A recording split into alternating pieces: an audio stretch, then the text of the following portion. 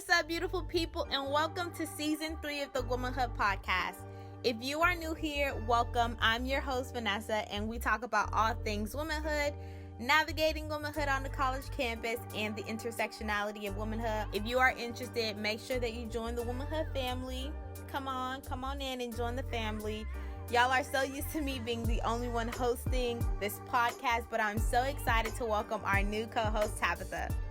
For the introduction. I'm so excited to be a part of the podcast. It's an honor being next to Vanessa in this journey of the Womanhood podcast. We create awesome ideas together, clicking instantly. So thank you for having me. Tabitha, you're new here, just getting started on the podcast, and we're gonna do like a quick rapid fire questions just so people can get to know who you are. Are you ready? Okay, perfect. Awesome. So, sweet or savory? Savory. Remote learning or in-person classes? In person. Summer or winter? Winter. Morning person or night owl? Night owl. So it's a new month and we've got some new things in store, both with the Women's Center and the Womanhood podcast. In fact, I'm happy to introduce our guest speaker, the one and only Janelle Acevedo, a student leader. She's a part of the PCA board. She's a peer mentor. Like, she does everything, y'all. Like, she literally does.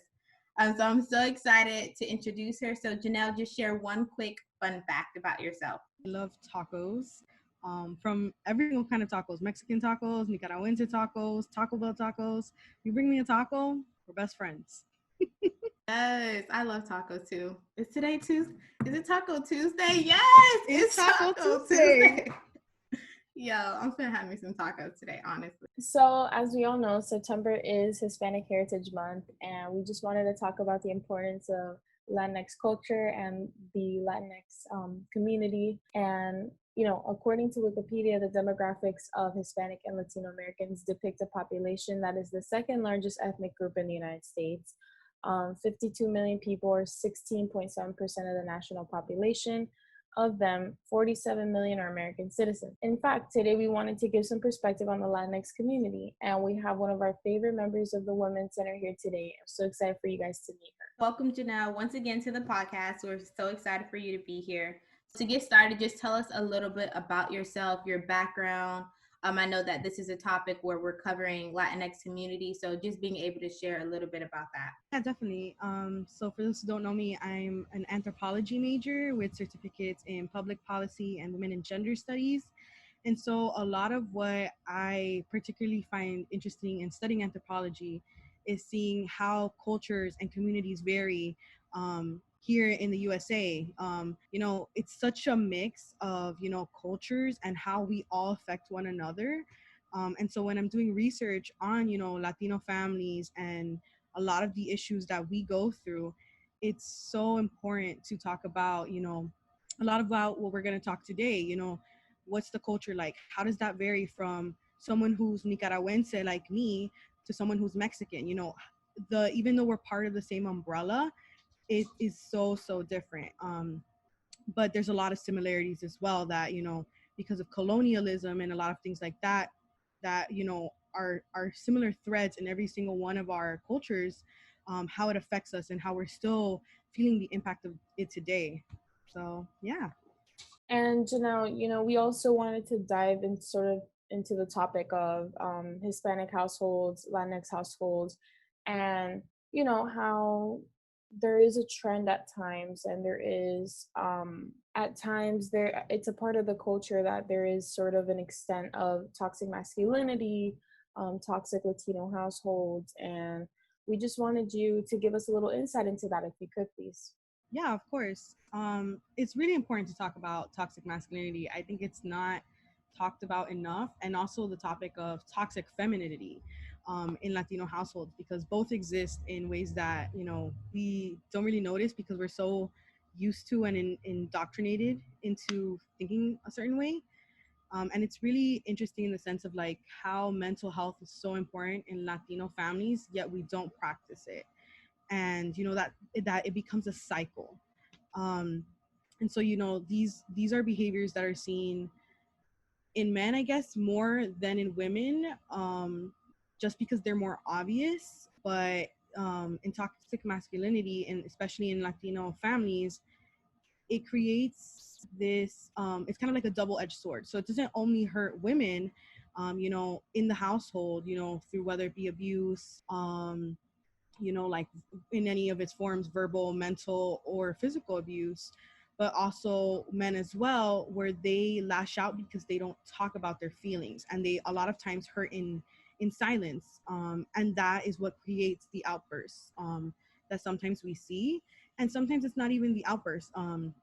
It's how I was saying, like mental health. So this feeling of loneliness of men in Latino families, and the pressure created by having to be the one who takes care of everything, and this kind of stereotype of I have to be the one in charge. I have to be like, I'm not allowed to feel, I'm not allowed to show emotion, I have to be cold, I have to be this way so that I can provide for my family. So it's not even like they don't see it as them being cold. They see it as, I'm doing what I need to do for my family, which is a toxic way of thinking, because you can provide for your family and still take care of your mental health, still show feelings, and not pass down that generational trauma that has been going down for hundreds of years. I always give the example of how my brother, um, when he was about 17, got his first job, and as soon as he got his first job, my dad was telling him, you need to start paying your bills,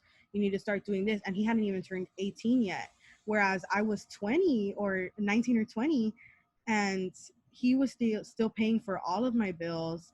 I knew that I could call him and be like, I have an emergency, and I was working two jobs at the time. So it was a different expectation placed on me versus my brother. And you can clearly see that it had nothing to do with age. It had to do with the expectations of him as a man, whereas as a woman, I reaped a lot of benefit in that position. I'm not saying that I reap a lot of benefits a lot of the time, because I don't, but it just goes to show the varying expectations placed on men, especially in Latino families, and this is across the board, I think, in all cultures, but especially in Latino households, boys, because they're boys, are expected to kind of already take on that role from such a young age. And it's very toxic, because it creates a lot of resentment, not only between marriages, but between siblings, between cousins, between friends, when you see these behavioral patterns over and over again. And like, even to give more context, I have cousins who are literal twins. They're the same age, like, and the same thing has happened. The girl is expected to take more responsibility of feminine things, and is more taken care of, I guess you could say. In Spanish, we would say kind of mimada, which means like to be like maybe consoled more or paid more attention to emotionally, whereas the boy, you know, is expected to suck it up when he's scared, and they learn that from such a young age, and they take that into adulthood. And it's really difficult, because you see it from such a young age. So in our Latino families, it's something that is so normal that we don't really think about it, and until we decide to take the steps to change that, there's never going to be any change. So definitely a lot of work to be done in Latino households, but navigating that is really centered around mental health, and making sure that we talk about it, that we practice it, and also understanding that we all practice it in different ways. I always give the example that my mom practices mental health with cooking, and when she cooks, it's her alone time.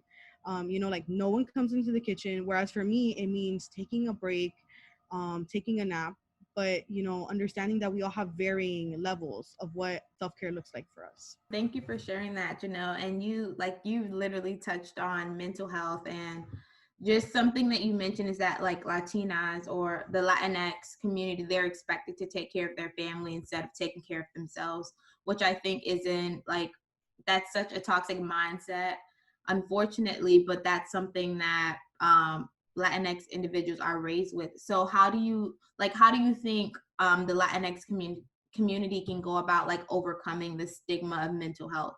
right? Because I read in the U.S., the Hispanic Health and Nutrition Examination Survey, they reported that 28% of Puerto Ricans living in the U.S. had depression symptoms. So did 13% of Mexican Americans and 10% of Cuban Americans. They had a mental health disorder, but they didn't go to talk about it with a mental health professional. And so that shows that a lot of the things that are happening within that community are internalized. So how does the Latinx community go about overcoming the stigma of mental health? It's gonna be hard. I'm not gonna lie to you. But I think a great start is just us as the younger generation really just talking about it and having discussions. You know, when you tell your parents like, I just need a break, like 30 minutes to myself in silence, and they're like, no, you have a bunch of things to do. Standing your ground, setting those boundaries. You know, which we talk a lot about at the Women's Center. Boundaries are so important. You know, and even thinking like when, like for example, for me, one of the boundaries that I like to set with my family members that has been so difficult is talking about weight, you know, and how that affects my mental health when it's a constant reminder in my family that they're like, oh, did you lose weight? And I'm like, why do you feel the need to always be checking up on my weight? You know, sometimes it's like, oh, don't eat that because you're gonna gain weight. A lot of times they're like, oh, have you gained weight? And sometimes they're like, wow, amazing, you lost 5 pounds. I'm like, there's no need for it to be a reoccurring thing. So, you know, having those conversations of like, this makes me feel this way, and I would like for you not to talk to me about this subject. And it's hard because they're be like, oh no, but I say it because I love you. And but if you don't stand your ground and set your boundaries, it's very difficult to have growth. And that's kind of how I kind of take it in the direction of how do we end, you know, this cycle of toxic masculinity and really implement mental health, and also understanding how I was saying before that mental health is very different. So sometimes, you know, like if you need a mental health day, and telling your family like, oh, I'm just gonna have a mental health day today, I just need some space because I need to have some space. And a lot of times they'll be like, oh, you're just being lazy. And really explaining to them why you need the mental health day.